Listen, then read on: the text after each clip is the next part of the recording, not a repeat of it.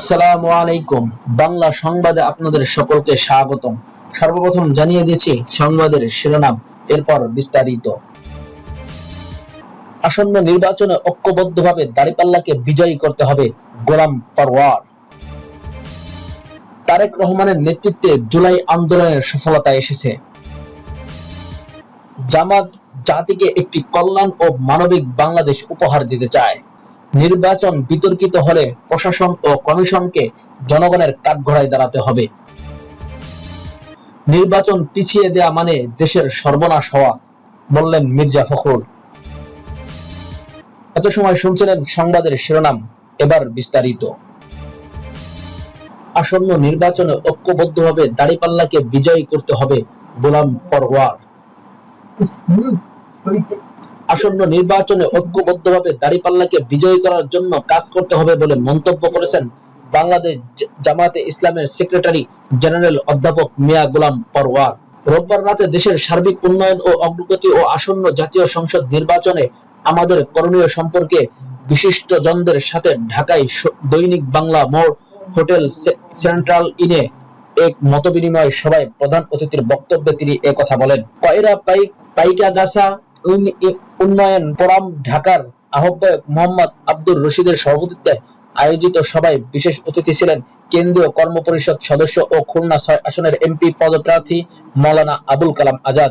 গোলাম পরওয়ার তার বক্তব্যে পাইগাছা কয়রার মানুষ এবার দাঁড়িপাল্লায় প্রার্থী মাওলানা আবুল কালাম আজাদকে বিজয়ী করবে বলে আশাবাদ ব্যক্ত করেন।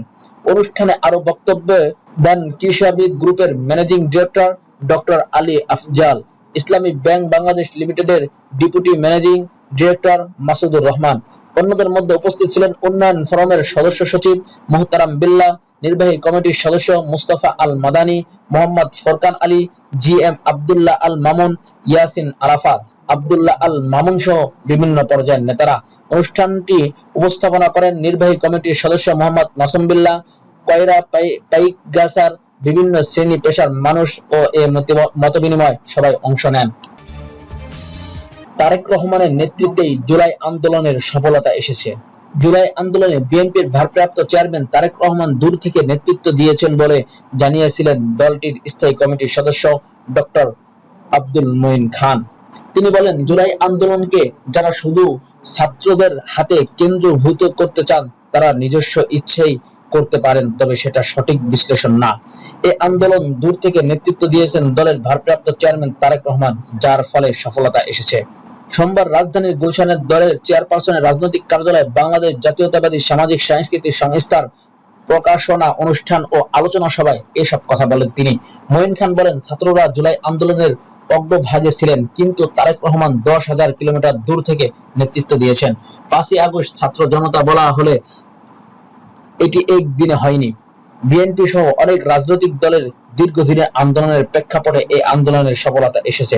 এ সময় আওয়ামী সরকার সমালোচনা করে তিনি বলেন, রাষ্ট্রযন্ত্রের মাধ্যমে বিএনপির সকল দলীয় কার্যক্রম নিয়ন্ত্রণ করতে চেয়েছিল আওয়ামী লীগ। মঈন খান বলেন, সমাজ ও সংস্কৃতিতে পিছিয়ে রেখে কোনো দেশ অগ্রগতি করতে পারে না। শহীদ রাষ্ট্রপতি জিয়াউর রহমান সেই উপলব্ধি থেকেই জাসাস প্রতিষ্ঠা করেছিলেন।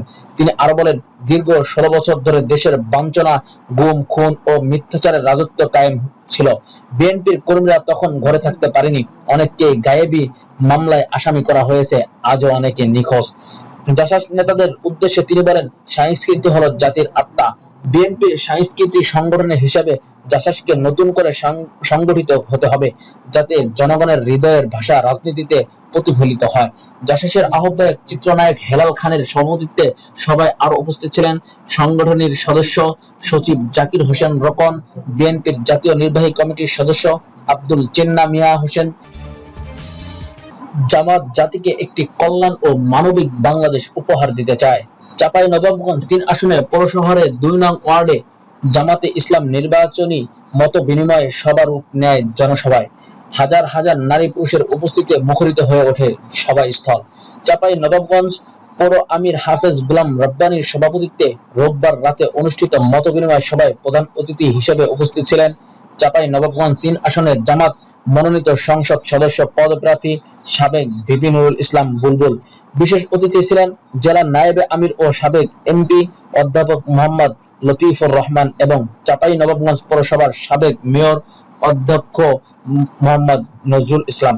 এছাড়াও চাঁপাইনবাবগঞ্জ সদর ও পৌরশাখা জামাতে ইসলামীর দায়িত্বশীল নেতৃবৃন্দ বক্তব্য রাখেন।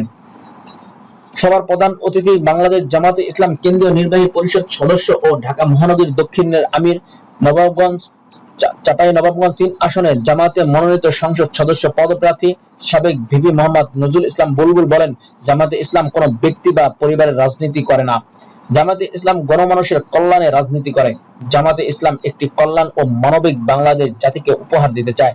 এজন্য জনগণ আগামী নির্বাচনে জামাতে ইসলামকে রাষ্ট্র পরিচালনার সুযোগ দিতে হবে। তবেই জাতিকে ক্ষুধা, দারিদ্র, বেকারত্ব, দুর্নীতি, সন্ত্রাস, চাঁদাবাস মুক্ত এক নতুন বাংলাদেশ উপহার দেওয়া সম্ভব ও সুযোগ হবে। তিনি বলেন, অতীতে যারা ক্ষমতায় ছিল তারা বলতে পারবে না তারা দুর্নীতি, সন্ত্রাস, চাঁদাবাস মুক্ত বাংলাদেশ জাতিকে উপহার দিতে পারবে। কারণ যাদের নেতৃত্বই দুর্নীতিগ্রস্ত, চাঁদাবাস, সন্ত্রাসের গডফাদার, তারা কখনো দুর্নীতি, সন্ত্রাস, চাঁদাবাজ মুক্ত বাংলাদেশ করতে পারবে না। তাদের শাসনামল জাতি দেখেছে। তারা দেশকে দুর্নীতিতে টানা 5 বার বিশ্ব চ্যাম্পিয়ন করেছে। এবার যদি তারা আবার ক্ষমতায় বসে তবে তারা সন্ত্রাস, চাঁদাবাজিতে বিশ্ব চ্যাম্পিয়ন হবে।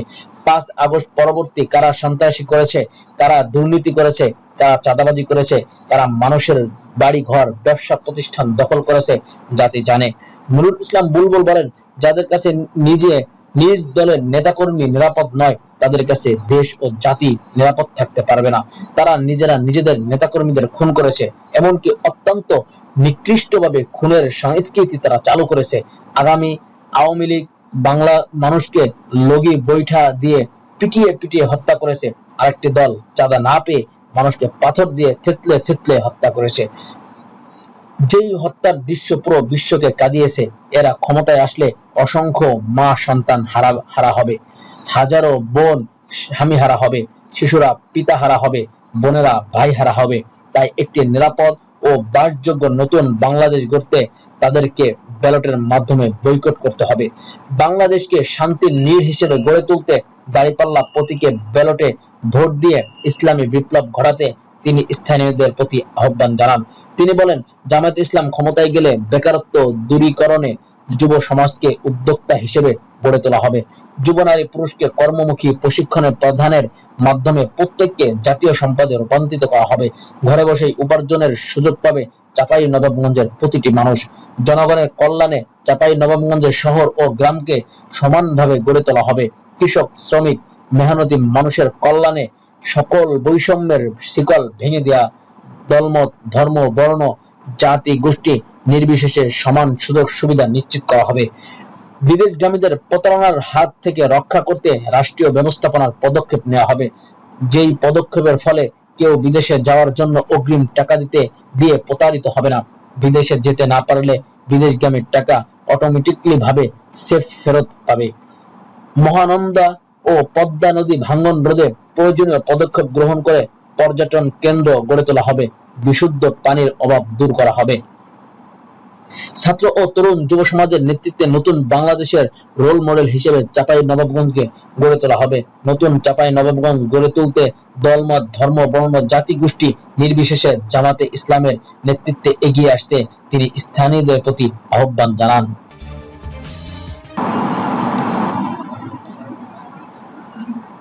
নির্বাচন বিতর্কিত হলে প্রশাসন ও কমিশনকে জনগণের কাঠগড়ায় দাঁড়াতে হবে। আসন্ন ত্রয়োদশ জাতীয় সংসদ নির্বাচন বিতর্কিত হলে প্রশাসন ও কমিশনকে জনগণের কাঠগড়ায় দাঁড়াতে হবে বলে মন্তব্য করেছেন বিএনপির যুগ্ম মহাসচিব ও নরসিংদী সদর আসনে বিএনপির মনোনীত প্রার্থী খায়রুল কবির খোকন।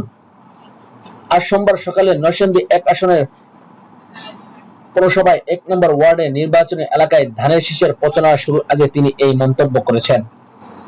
খায়রুল কবির খোকন বলেন, মনোনয়ন দেওয়ার পর থেকেই দেশের জনগণের মধ্যে বিপুল উৎসাহ, উদ্দীপনা ও জনজোয়ারের সৃষ্টি হয়েছে।